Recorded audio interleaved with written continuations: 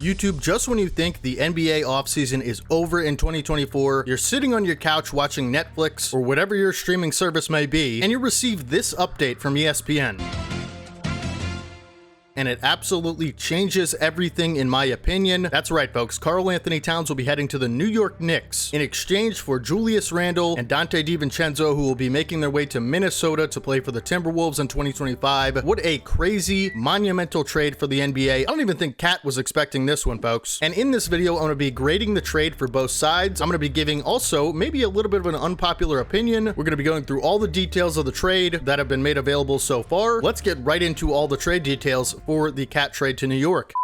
So, as far as we know right now, this is not exactly in writing yet, as far as I understand. There are still some, minute details to get out of the way for these front offices, but these are like the centerpieces of the trade. Cat to New York, Randle and DiVincenzo to the Wolves, along with a first-round pick from Detroit that the Knicks held, and I believe it is top 10 protected, so the Wolves will get that first-round pick. As far as some other details, I've heard a lot of things that maybe a smaller salary player like Keita Bates-Diop could end up being involved in this package for New York to match salaries and things like this, as well as the Charlotte Hornets potentially being a third team involved to facilitate these two teams' trades. We'll have to see how that, turns up at the time of recording this. Again, I don't have all the details. I don't even think it's been worked out on their end yet, so we'll have to see how it shapes up. But, the important part is we know these big name guys that are be moving to different teams, including Cat, Randle, and DiVincenzo. Now, I want to give grades and assessments for both teams as far as, how their trade affects their team. Is it a good trade? Is it a bad trade? Let's get into the grades for both teams. I'll give my analysis. Let's get into the trade grades.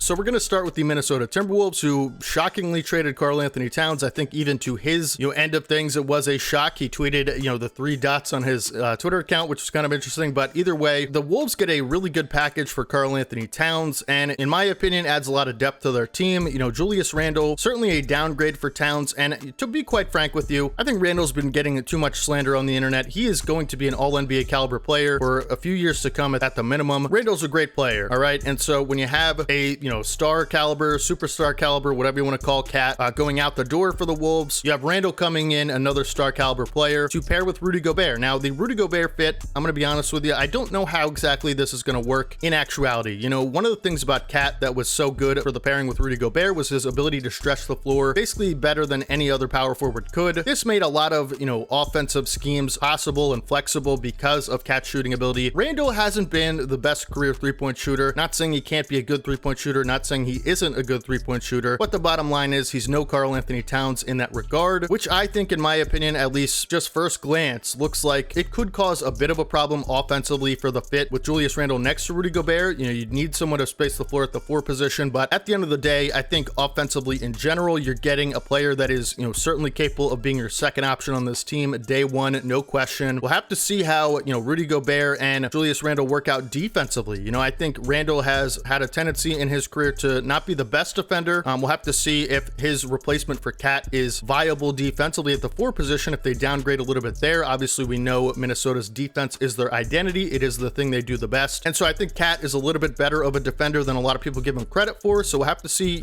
if this makes their defense better or worse. But in general, you're replacing a stud, power forward, offensively, one of the most dynamic offensive big men we've ever seen in the league, Karl-Anthony Towns, leaving this trade, but we are seeing a star caliber offensive player in Julius Randle, who I believe is a much better playmaker, adds a lot more on-ball scoring capabilities than Cat would, without being set up. I mean, Randle can create his own shot. He can break a defender down with his handles. He is certainly exceptional in that regard. As far as, getting to the rim from the perimeter, I mean, he, can basically create something out of nothing a lot of times. But as I said, off the ball, I'm not sure if the fit is much better than Cat. I think off the ball, the fit is a little bit worse offensively. You're going to have Randle, spotting up at the 3-point line. He's way less of a threat than Cat was and way less consistent of a 3-point shooter. So overall, I think you're getting very different types of skill sets here, Cat and Randle, but I do think Coach Finch will have to figure this out. It won't be a seamless fit for Randle, but it will provide a lot more dynamic on-ball creation capabilities and playmaking capabilities, as Randle is one of the league's best playmakers from the power forward position, which does help your team immeasurably, but the floor spacing will have to be addressed. Now, as far as Donte DiVincenzo, I love this pickup for Minnesota. I've talked about how all offseason and all playoffs. The Minnesota Timberwolves just quite frankly need an instant offense type of guy. I mean, they just don't have that on their team. They go out and they draft Rob Dillingham, who I think could provide some value in that regard, but he is a rookie coming into a team with a lot of championship expectations. And one of the things I like so much about this trade for the Wolves is Donte DiVincenzo's ability to space the floor at an elite level. He is absolute catch and shoot machine. I mean, this guy is a 40% three-point shooter on exceptionally high volume. He's going to pair so well with guys like Conley and Edwards, and even Gobert and Randle. I think he has to be on the floor with those two guys at all times. This is a absolute A-plus pickup for DiVincenzo because he's just a guy that can get you a bucket, and he's also an elite catch and shoot guy, as I mentioned. So the DiVincenzo pickup is super nice for the Wolves, who really needed some more on-ball creation, who needed some more on-ball gravity and spacing. Off-ball gravity and spacing is there in spades with DiVincenzo. I think the fit just makes a ton of sense next to a guy like AE. And whenever you have guys that are really good playmakers like Julius Randle, who can operate as a hub at times for your offense, and then Anthony Edwards, who's certainly going to be looking to make his impact offensively, you need shooters and spacers around those guys. So I think this is just a seamless fit. We'll have to see whether or not DiVincenzo will start for this team or come off the bench, because you do have Mike Conley, Anthony Edwards, and so those will probably be your starters. But as a six-man candidate for the Minnesota Timberwolves, who needed more shooting, needed a little bit more offensive pop, and not having to rely so much on guys like Rob Dillingham and Terrence Shannon Jr. to provide all of that stuff, is a big positive, because as I mentioned, they are great, but they are rookies. So, and as far as the draft pick, just a really good cherry on top to this trade. I give the Wolves an A, just a solid A. I think this is a really good trade for them. You really added a lot of depth here in Donte DiVincenzo. This is a guy that addresses a need for your team. As far as the Randle fit with Gobert, I'm not 100% sold yet. We'll have to see what it looks like on the floor on both ends. I think offensively, it could fare as a solid replacement. I don't think it's necessarily a fit that can't work. I just don't think it's as seamless as Cat. Defensively, I think it's pretty similar, but offensively, I think, you'll have to be a little bit more creative. But I will say, the pick and roll game between Mike Conley, Anthony Edwards, even Donte DiVincenzo at times, Rob Dillingham with, Julius Randle's going to be a big bonus. He's, I think, a lot more dynamic in a role situation. And as a playmaker, Randle is just much more competent. He's a little bit more versatile in that regard. But Cat's floor spacing is just such a big loss. And DiVincenzo, I think this is an A-plus part of the trade. As I mentioned, the draft pick adds a lot of value to it as well. So I give it a solid A for the Wolves. I think this is a great move. All things considered, you're losing someone who maybe you expected to be there for the long haul in Karl-Anthony Towns, but at the end of the day, you just get better through this trade. And so I don't know how you could hate this trade for the Wolves. Now let's move on to the New York Knicks side of things. I have an unpopular take on this, and I'm seeing a lot of people not really being that into this trade for the Knicks. Knicks fans especially, I'm not seeing a lot of people being excited about Cat. Maybe they're a little confused about why they would do this trade. Listen, I think the Knicks get a ton better from this trade, and I don't know how it's necessarily controversial to say that, because, me as a Sixers fan, I'm terrified of this trade. Listen to this starting lineup. I mean, you're going to have Jalen Brunson, OG Anunoby, Mikal Bridges, Josh Hart, and now Karl-Anthony Towns, who will play the 5 most likely, because this really just solves your center issue. The Knicks were losing Hartenstein in the offseason, and now they come in and they get Karl-Anthony Towns, who will plug and play at center. Mitchell Robinson not necessarily seen to be likely to be healthy for the start of the season, and so you take a lot of pressure off of him to be the 30 minutes a game, 82 game type center, which we know he might struggle with. And so now you have Robinson coming off the bench for the majority of the season, and now you can play Hart or Anunoby at the 4, probably Anunoby, right? And so this lineup defensively is incredible, and offensively this makes the Knicks just so dynamic. I mean, think of the floor spacing ability around Brunson. Now you're going to have Anunoby, Mikal Bridges, and Cat, these elite spot up guys, and then also Karl-Anthony Towns. If you need a bucket, dump it into the post. He's certainly a much more efficient player than Julius Randle, and the pick and pops and pick and rolls between Brunson and Cat is just going to be off the charts. I mean, this is an A-plus trade for me for the Knicks. Like, the center was the biggest issue, and now it's just not an issue anymore. And so you have the luxury of still having a lot of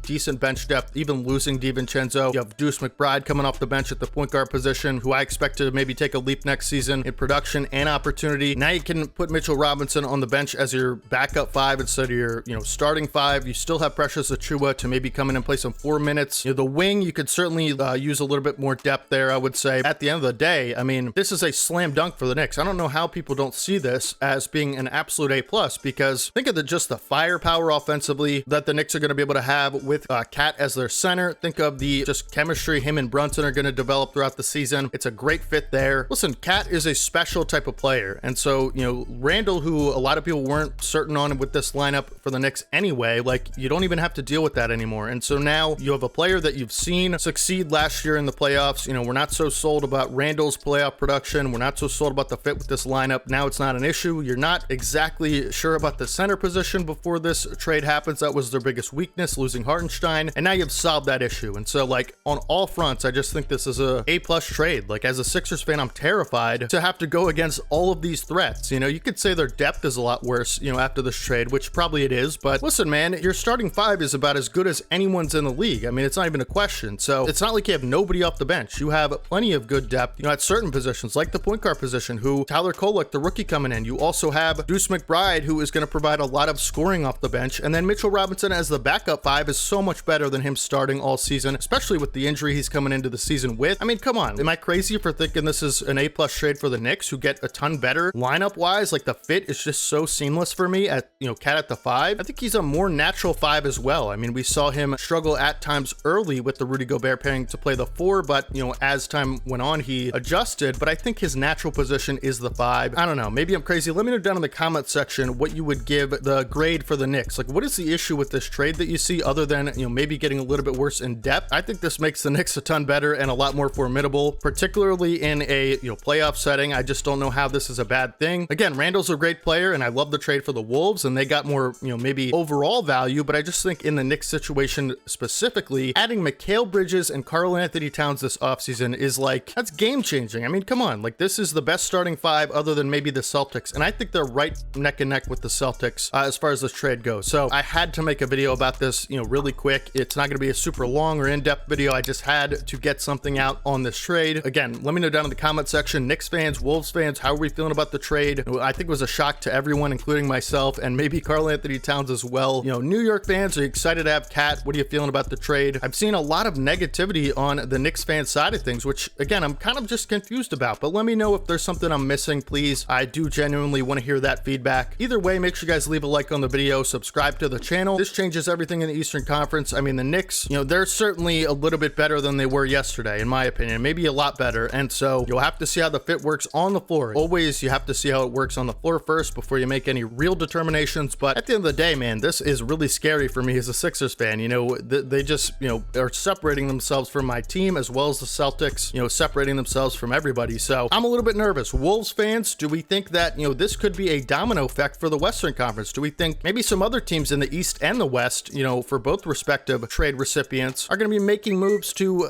kind of adapt to this situation where, you know, maybe you see some teams in the West start to move some pieces around because, you know, they see Minnesota getting some new pieces and they say, hey, we don't really have a solution for that, or maybe we think we don't, we're not so confident, maybe we make some moves to up the ante a little bit and get that leverage again? Or do you think in the Eastern Conference, like maybe some teams like my Sixers and, you know, Celtics or whatever start to make some moves to try to, you know, compete with this firepower that the Knicks just gained through this trade? Let me know down in the comments. Either way, like I said, make sure you guys leave a like, subscribe to the channel. We're on the road to 15K, and we're going to be doing content like this all the time, every single day. Videos on this channel starting again. I was a little bit inconsistent as of late, back to everyday uploads very, very shortly. So make sure you guys, if you don't want to miss more content just like this every single day on the channel, subscribe to the channel. We'd love to have you. Trying to build something special in this community. Follow my Twitch, follow my Twitter. I'm pretty active on both of those. I'm going to start streaming on Twitch again pretty soon. I got to be a little bit more regular with that. I apologize, but, you know, please let me know down in the comments. Feedback is always important. I will catch you guys in the video tomorrow. I had to talk about this, folks. It changes everything for the Eastern Conference, in my opinion, and the West. The Wolves get a lot better, who are already one of my favorites for the West. So, you know, I will see you guys tomorrow. Hope you guys have a fantastic rest of your day and weekend at the time you're recording this video. Day, night, week, weekend, whatever it is for you guys. Hopefully you guys enjoy the rest of it. I can't wait for the NBA season, man. I'm so stoked. I will catch you guys tomorrow. This is your boy D-Haven. As always, peace.